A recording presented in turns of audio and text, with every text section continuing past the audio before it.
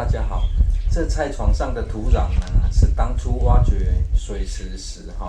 闲置的土壤啊。收拾瓦片的时候呢，才又硬是堆出一个菜床但看到一旁的改善情形呢，让人有种欲罢不能的想法因为当初以为是临时堆置所以下方铺设的砖块呢，也就没有挖起来而上方种植的是要当绿肥作物的百日草本部影片呢，大概是以菜床制作的工序安排为主所以清除时呢，先在一旁做个简易的堆草槽做法是呢，以最小的搬运距离来完成菜床制作了。不过呢，施工没多久就遇到了第一个意外了。这下方有水管经过也不清楚是拉往何处了，甚至不知道这是自来水管或是地下水管，因此呢，就搁置了许久直到前院土壤湿黏呢，才又回归到菜花园来而菜床的目标是让种植空间加大之外呢，也要降低一旁空间的压迫感，所以眼前这些瓦片呢，都会尽量使用掉因为瓦片横摆占掉不少的空间现在只要将它们立起来呢，就算只使用原来的范围就可以把种植空间拉大了。而不直接就近使用这些横摆的瓦片呢，是因为上面有许多引粪得进行清理之外呢，也是当时气象说有台风会经过了，怕连日降雨呢把土壤都冲刷下来而省事的方式呢，是使用七里香下方的瓦片会比较干净接下来的做法呢，感觉有点像在玩乐高积木将它们卡好卡紧呢，就可以腾出不少的空间了。接下来也是对于台风经过的预防性做法这也是为何一开始呢不直接拆除这些瓦片来用的原因上面满满的引粪说明内部的蚯蚓数量会非常可观当然得尽量给保护与保留下来因此呢，先将刚立好的瓦片呢，用土壤进行固定了。挖掘土壤的同时呢，也顺道将底下的砖块呢一起挖起这样日后的土壤层呢会更加深厚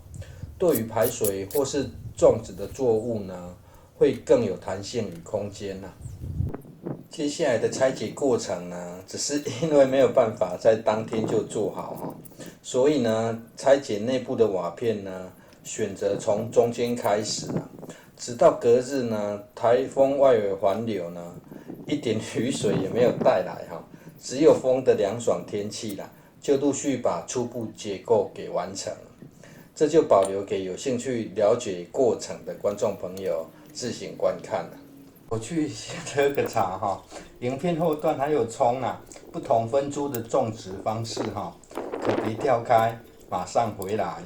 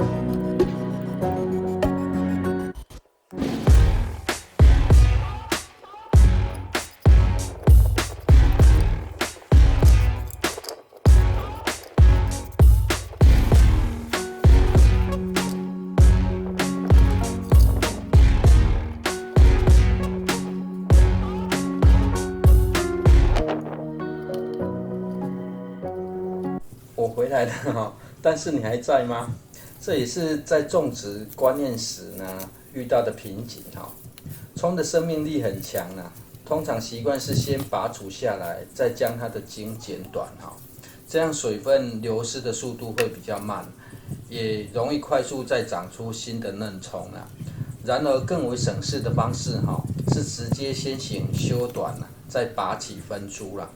因为葱不是高大粗壮的作物哈，感觉上差异不大啦。但若是遇到类似球根长在土里，就方便且安全非常多了。